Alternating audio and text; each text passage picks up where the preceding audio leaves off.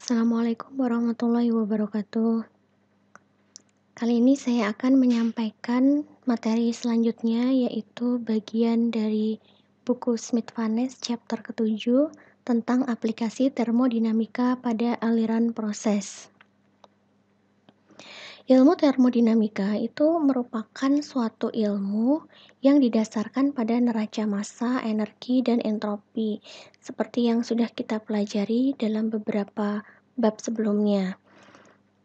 Untuk termodinamika suatu aliran, pada bab ini nanti akan dipelajari juga berkaitan dengan neraca-neraca tersebut, sehingga bisa mendapatkan proses yang lebih spesifik. Untuk menyelesaikan problem termodinamika pada proses aliran, maka diperlukan data intensif. Ada beberapa data yang digunakan, yaitu berupa densitas, kemudian entalpi spesifik, serta ada juga entropi spesifik pada suatu titik, yang titik tersebut tergantung pada suhu, tekanan, serta komposisinya. Ini ada beberapa alat yang menggunakan prinsip termodinamika pada sistem aliran. Yang pertama adalah throttle valve. Jadi ketika fluida itu mengalir melalui suatu hambatan seperti lubang ya, maka nanti akan ada suatu friksi yang cukup besar sehingga akan terjadi penurunan tekanan dari fluida. Proses aliran ini terjadi pada entalpi yang tetap atau H2 sama dengan H1. Entalpinya sama tetap, atau bisa dikatakan juga perubahan entalpi sama dengan 0, delta H sama dengan 0.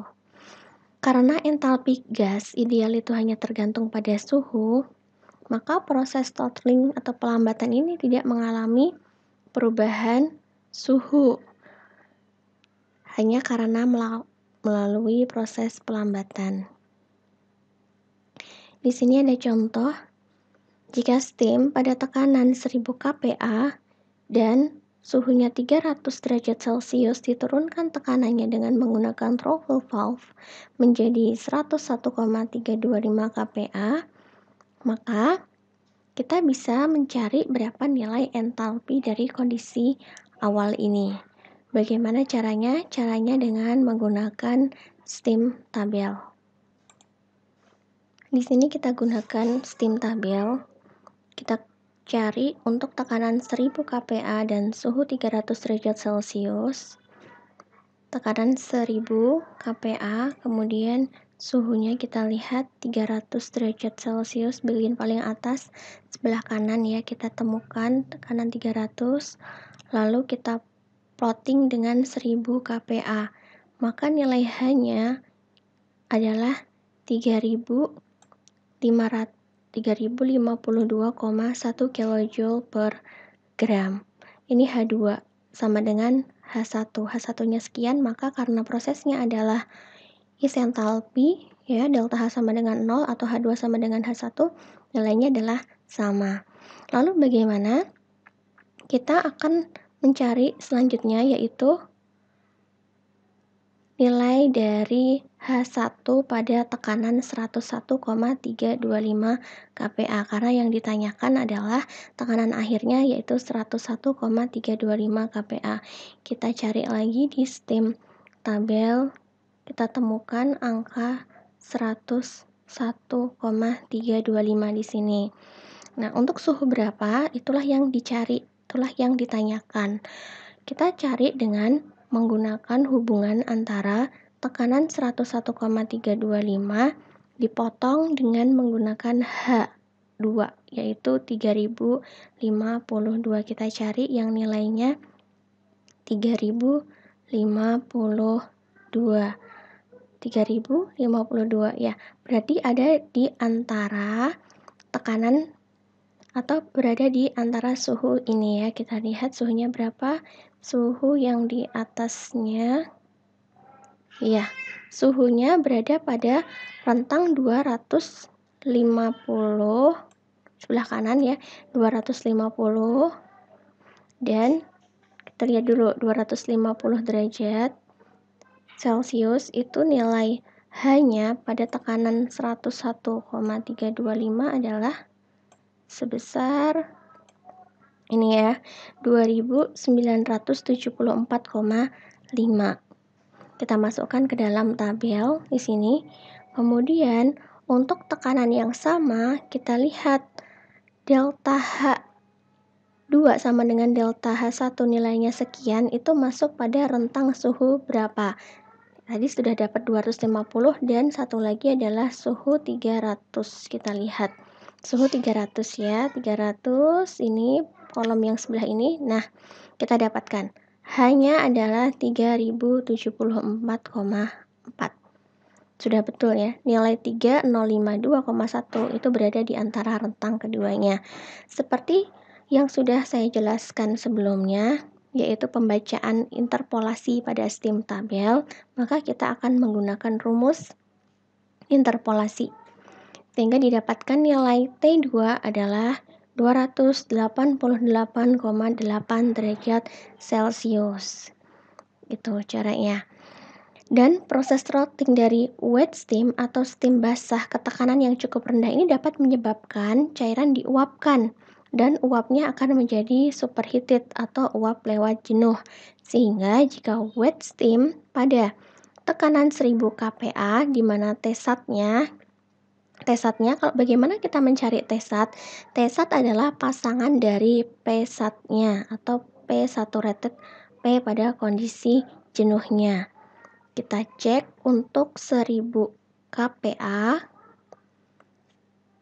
Ini ya, 1000 kPa, maka pasangannya yang dalam kurung ini adalah T saturatednya yaitu 179,88 derajat Celcius dengan kualitas 0,96. Diberi pelambatan jadi tekanan sekian. Kalau misalkan kualitas 0,96 itu adalah nilai dari fraksi uapnya 0,96.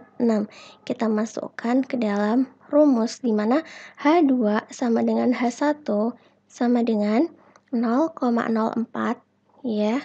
0,04 ya, X-nya dikalikan 762,6 ditambah 0,96 dikalikan dengan 2776,2 didapatkan nilai 2695, mungkin ada yang bertanya, angka 762,6 dan 2776,2 ini didapat dari mana? Ini adalah didapatkan dari nilai H liquid dan H vapor di sini ya. Ya, H saturated liquid dan H saturated vapor untuk tekanan 101,325 kPa. Maaf, pada tekanan 1000. Ini tadi pada tekanan 1000. Di sini hanya 762,605 dan 2776,2. Sedangkan ini adalah fraksi uap, berarti dikalikan dengan saturated vapornya. Ini 1 dikurangi 0,96 yaitu 0,04 dikalikan dengan nilai H pada saturated liquidnya didapatkan nilai sekian. Oke. Kemudian pada tekanan yang lebih rendah tadi ya, dibawa ke tekanan 101,325,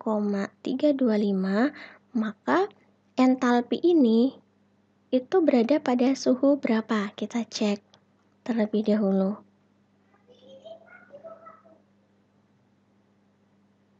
Pada tekanan 101,325 ini ya, entalpi H-nya yaitu 2000, ini sekitar ini 2695,7, berarti berada di rentang kedua ini ya.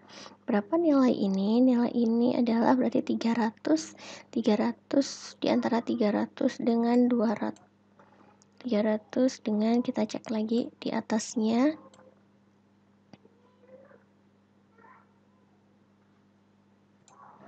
Ya, ternyata nilai dari 2695,7 kita cek pada tekanan sekian, hanya H di bagian saturated vapornya adalah 2676. Berarti otomatis dengan entalpi yang lebih tinggi, maka steam ini merupakan jenis superheated steam atau uap lewat jenuh dengan T saturated-nya adalah 100 derajat Celcius, maka suhunya pasti lebih tinggi daripada 100, yaitu ditemukan 109,8 derajat Celcius. Nah, penurunan suhu yang besar di sini diakibatkan karena proses penguapan dari cairan. Kemudian, jika saturated liquid mengalami proses throttling ke tekanan yang lebih rendah, maka beberapa cairan akan teruapkan atau mengalami yang namanya flashing. Memproduksi campuran saturated liquid dan saturated vapor, jadi dia dua fase. Ada cair dan ada fase uapnya pada tekanan yang lebih rendah. Jika air kondisi saturated liquid pada tekanan 1000 kPa, kita cek apabila ada air kondisinya adalah saturated liquid pada 1000 kPa. Pertama kita harus mencari di sini 1000 kPa. 1000 kPa, maka T-sat-nya adalah 179,88 Celcius. Ketika dia di flashing menjadi 101,32 kPa, ya, maka berapakah nilai dari H-nya? H-nya akan sama karena proses ini tadi berlangsung secara isentalpi, sehingga H2 sama dengan H1. Berapa H1? H1 diketahui kondisinya adalah saturated liquid. Saturated liquid kita baca di sini keterangannya SATLIQ, berarti saturated liquid pada tekanan 1000 kPa adalah 762,605, ya. Ini kemudian pada 101,325 kPa, maka kualitas atau komposisi fraksi dari steam didapatkan melalui persamaan di sini M sama dengan 1 dikurangi XV kalikan ML ditambah XV dikalikan MV. Dengan M itu hanya sebagai notasi, sama seperti ketika kita menghitung interpolasi tadi menggunakan notasi M. M ini dapat diganti dengan volume spesifik V atau energi dalam U, bisa juga diganti dengan entalpi H atau entropi S, sehingga persamaan ini juga bisa diubah menjadi M sama dengan ML, ini bukan pangkat ya, tetapi M pada kondisi saturated liquid ditambah dengan X pada kondisi vapor dikalikan delta MLV, atau ini delta perubahannya dari fase liquid ke vapor. Kita masukkan di sini karena yang kita cari adalah H, maka M kita ganti dengan H.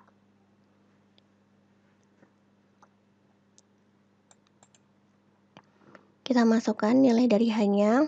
H2 sama dengan H1, 762,6 di sini sama dengan ml pada tekanan yang dicari, yaitu 101,325. Di sini ya. HL-nya adalah 419,064, kita bulatkan di sini, ditambah dengan X kalikan, ini ya pakai rumus yang ini, XV dikalikan delta MLV atau dalam hal ini delta HLV. Delta HLV berarti untuk H saturated vapor dikurangi dengan H saturated liquidnya, sehingga didapatkan nilai X sama dengan 0,152. Jadi ada 15,2% cairan diuapkan dalam proses ini. Nah, penurunan suhu yang besar itu dihasilkan dari penguapan cairan. Aplikasinya dari throttle valve adalah pada proses refrigerasi yang nanti akan dibahas pada bab selanjutnya, yaitu bab 9. Kemudian alat yang kedua, kita masuk ke dalam turbin. Turbin di sini kita lihat ada ekspansi gas di dalam nozzle untuk memproduksi aliran dengan kecepatan tinggi, yaitu dengan proses yang mengkonversi energi internal menjadi energi kinetik. Maka energi tersebut diubah menjadi poros kerja ketika aliran menimpa bagian yang melekat pada poros yang berputar, sehingga didapatkan nilai WE sama dengan M dikalikan delta H. M ini adalah laju alir massa, sama dengan M kalikan H2 min H1. Biasanya kondisi inlet T1 dan P1 serta kondisi keluar P2 itu sudah ditetapkan. Dan fluida pada turbin bekerja secara reversibel serta adiabatik, sehingga proses ini disebut isentropik. Seperti halnya dengan isentalpi ya, isentalpi hanya sama. Kalau isentropik maka S-nya sama, yaitu S1 sama dengan S2. Kemudian WS isentropik kita notasikan sebagai sama dengan delta HS. Ada tanda S-nya, artinya isentropik. Dan WS ini merupakan nilai yang maksimum yang bisa dicapai dari turbin adiabatik dengan diberikan kondisi masuk serta tekanan keluarnya. Sedangkan turbin aktual itu adalah memproduksi kerja yang lebih rendah karena proses ekspansi aktual adalah berjalan secara irreversibel. Kalau tadi isentropik adalah reversibel adiabatis, maka sebetulnya turbin itu bekerja secara aktual yaitu irreversibel, sehingga ada efisiensi di dalam turbin. Rumusnya adalah efisiensi sama dengan delta H dibagi dengan delta H isentropik atau delta H reversibel. Untuk nilai efisiensi sendiri itu berkisar antara 0,7 sampai 0,8. Nah, di sini ada grafik diagram H versus S. Ini menunjukkan bahwa sebuah ekspansi aktual atau ekspansi nyata dari turbin dan ekspansi reversibel untuk kondisi masuk yang sama. Kondisi masuk yang sama dalam hal ini adalah tekanan P1 dan kondisi keluar juga sama, yaitu tekanan P2. Jalur reversibel itu dinyatakan dengan garis yang putus-putus, yaitu mulai dari titik 1 pada tekanan P1 menuju ke titik 2 aksen pada tekanan P2. Sedangkan garis yang sambung tidak putus-putus menunjukkan alur irreversibel aktual, yaitu dari titik 1 P1 menjadi titik 2 pada P2. Kita lihat ada selisih di sini ya, dari garis putus-putus menjadi garis yang lurus. Karenanya proses adiabatik irreversibel ini menyebabkan kenaikan entropi. Kita lihat awalnya entropi di sebelah sini, dia naik ke sebelah titik 2. Dan jalur yang diarahkannya itu akan menuju peningkatan entropi dengan efisiensi yang lebih kecil. Sekarang kita masuk pada contoh 7.6 Smith-Vaness.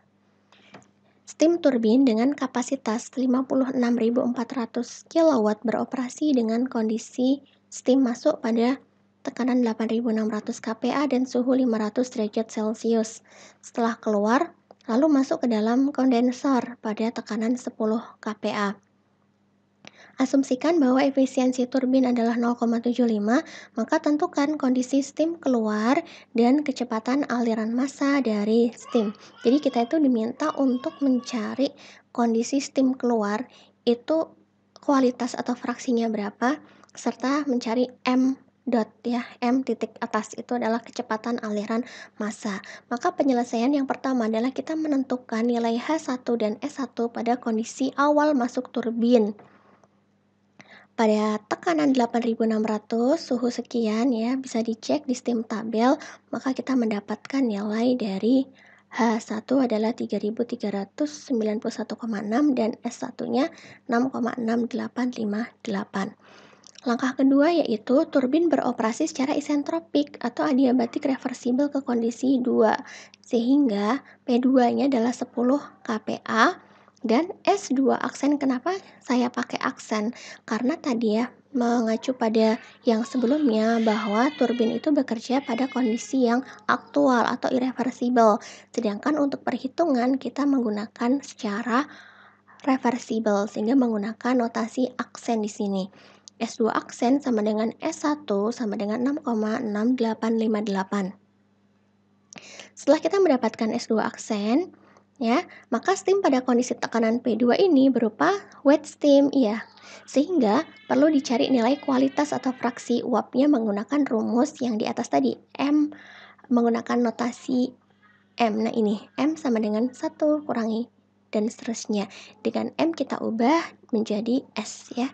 Karena hanya merupakan suatu notasi saja. S2 aksen sama dengan sekian.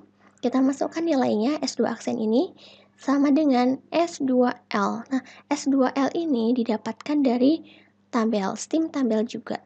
Caranya bagaimana? Caranya dengan melihat pada tekanan 10 kPa, maka kita cari fraksi liquidnya atau saturated liquidnya itu, S pada saturated liquid itu bisa dibaca sekian.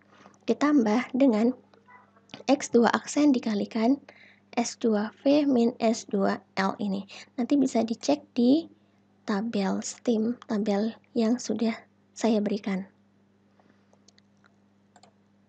Kemudian, langkah selanjutnya adalah mencari nilai H2. H2 dengan rumus yang sama, cuman kita ganti nilai S dengan H, begini, maka H2 aksen dapat dicari H2L.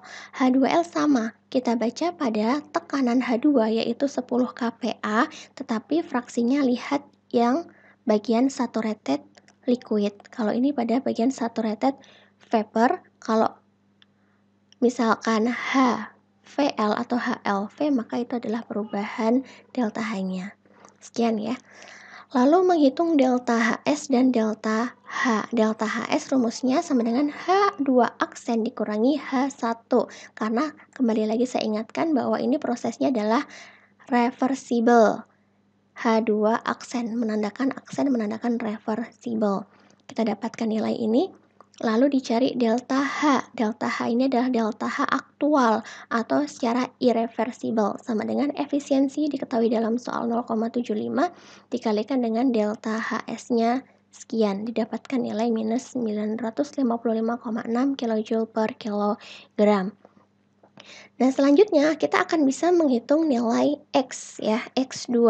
Bagaimana caranya? Caranya adalah ketika kita sudah mengetahui berapa nilai delta H dan berapa nilai H1, maka H2 yang sebenarnya bukan H2 aksen ya, tapi H2 sebenarnya atau irreversible atau H2 nyata. Maka kita tambahkan H1 ditambah dengan delta H, dalam hal ini minus 955,6 didapatkan nilai sekian. Setelah itu kita masukkan lagi ke persamaan ini, H2 aksen ini ya, tanpa aksen karena ini aktual. Kita dapatkan nilai X2 sama dengan 0,9378. Baru setelah itu kita akan menghitung laju alir massa menggunakan rumus WS sama dengan M dot kalikan delta H. Delta H-nya kita sudah tahu, H2 min H1, WS-nya diketahui di soal, maka didapatkan laju alir massa sebesar 59,02 kg per second. Baik, sekian materi kali ini, semoga bermanfaat. Wassalamualaikum warahmatullahi wabarakatuh.